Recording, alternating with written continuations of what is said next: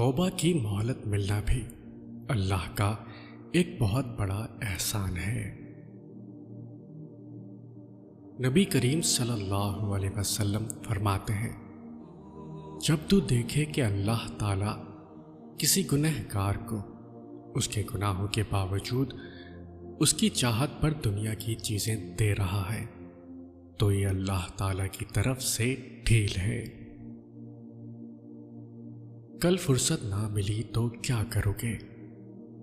اتنی مہلت نہ ملی تو کیا کرو گے؟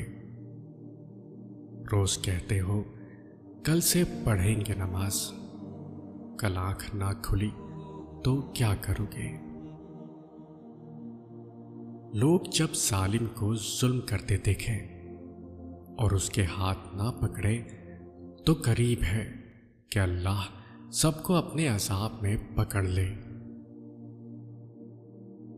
جس قوم میں گناہ کے کام کیے جاتے ہوں پھر وہ اسے روکنے پر قادر بھی ہوں اور نہ روکیں تو قریب ہے کہ اللہ ان سب کو اپنے عذاب میں گرفتار کر لے۔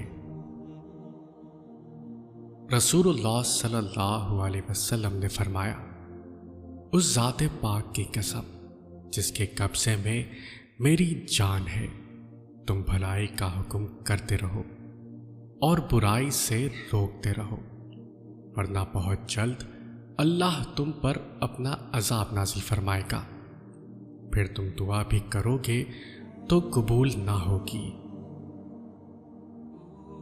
اللہ کی طرف آ جاؤ اس سے پہلے کہ اللہ تمہیں اپنی طرف بلا لے۔